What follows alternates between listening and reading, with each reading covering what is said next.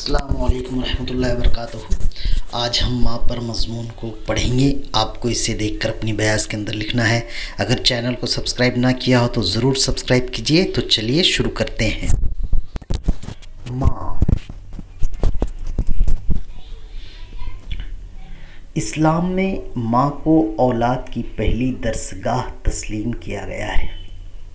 ماں ہی وہ ہستی ہے جو اپنی اولاد کو جس سانچے میں چاہے ڈھال سکتی ہے۔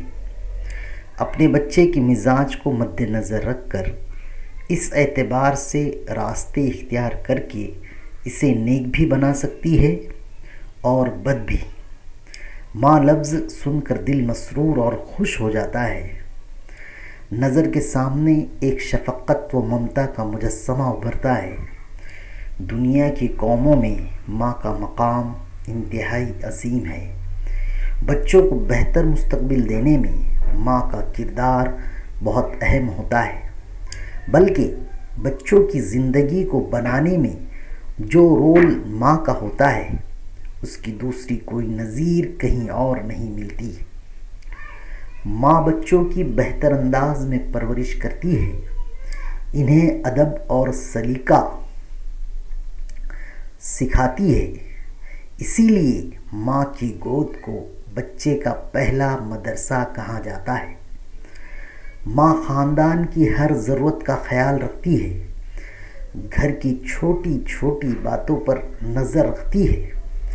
اسے گھر کی آرائش اور سجاوٹ کا بڑا خیال رہتا ہے۔ وہ خاندان کے تمام افراد کی خدمت بڑے خلوص اور انہماک سے کرتی ہے۔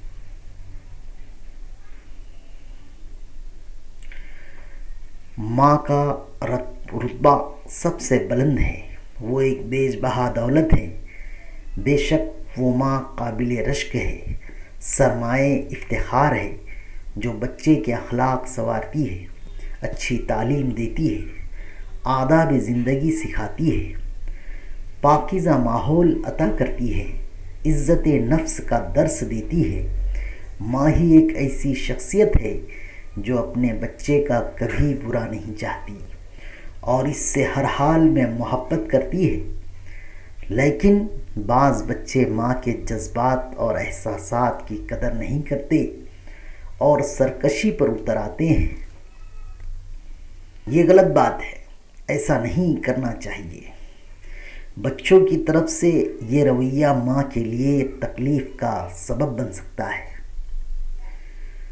جب کبھی کشتی میری سیلاب میں آ جاتی ہے، ماں دعا کرتی ہوئی خواب میں آ جاتی ہے۔ منور رانا کا یہ شعر ہے۔ عزیز طلباء و طالبات، آج کے لیے اتنا ہی۔ تو چلیے، اللہ حافظ۔ ویڈیو دیکھنے کے لیے بہت بہت شکریہ۔ اللہ ہم سب کا حامی و ناصر ہو، آمین۔